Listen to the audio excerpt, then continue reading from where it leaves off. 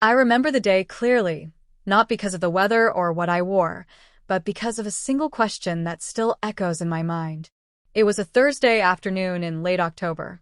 The sky had that soft, pale gray tone, and the air hinted that winter was on its way.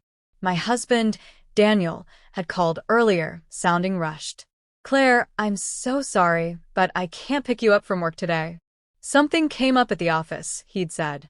I told him it was fine, though my mind started going through my options: bus, taxi, or maybe I could call a friend.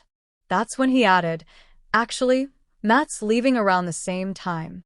He said he could give you a lift." Matt. I knew him, of course, Daniel's colleague at the firm.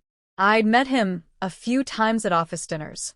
He was polite, the kind of man who seemed to notice little details but didn't make a big deal out of them. When he pulled up outside my building, I climbed into the passenger seat, buckled up, and we exchanged small talk. The streets were busy, headlights flickering in the gray afternoon. We talked about work, the weather, nothing heavy. But as we slowed to a stop at a red light, everything shifted. Matt's hands rested lightly on the steering wheel, and he glanced at me. His tone changed, not dramatic, but quieter, more deliberate. "Claire," he said, "are you happy?" The question landed heavier than I expected. I laughed lightly at first, trying to brush it off. "That's a deep question for rush hour traffic," I replied. He smiled faintly, but didn't look away from the road. "It's just sometimes I notice people, and I can't help but wonder if they're living the life they wanted, or just the life they ended up with." I didn't answer right away. My eyes fixed on the red glow ahead, the gentle hum of the engine filling the silence.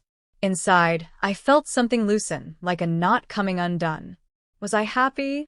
The truth was, I didn't know. I had a stable marriage, a comfortable home, a job that paid the bills. But somewhere along the way, I'd stopped asking myself what I truly wanted. We drove on, and the conversation drifted to safer topics. But his question stayed with me long after I got home. That evening, as Daniel talked about his day, I found myself watching him closely, wondering if he ever asked himself the same thing. The following days felt different. Little things stood out. How often Daniel worked late, how our conversations had become mostly about errands and bills. It wasn't that we were unhappy exactly. It was that we'd stopped noticing whether we were happy at all. A week later, I bumped into Matt again at a small office gathering. He didn't bring up the question, but when our eyes met, I think he knew I was still thinking about it. That night, I decided to start asking myself harder questions. Not just am I happy, but what would make me feel alive again? I started journaling in the mornings, taking walks alone in the park, cooking recipes I'd never tried before. Daniel noticed. One evening, as I chopped vegetables for dinner, he asked, "You seem different lately. Happier, maybe?" I smiled, just thinking about life a little more. We ended up talking for hours that night, about our dreams, about how easy it is to drift without realizing it. We made small promises to bring more intention into our days, even if it was just watching a movie together without our phones or taking weekend drives to nowhere. Matt's question didn't expose a crisis. It sparked a quiet awakening. And in a strange way, it made me appreciate Daniel more because I realized that happiness isn't something you just have or don't have. It's something you notice, something you choose.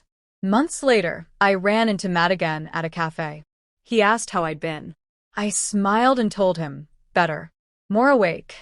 He nodded, like that was the answer he'd been hoping for. Looking back, I understand now why that moment at the red light mattered so much. It wasn't about Matt or even about my marriage.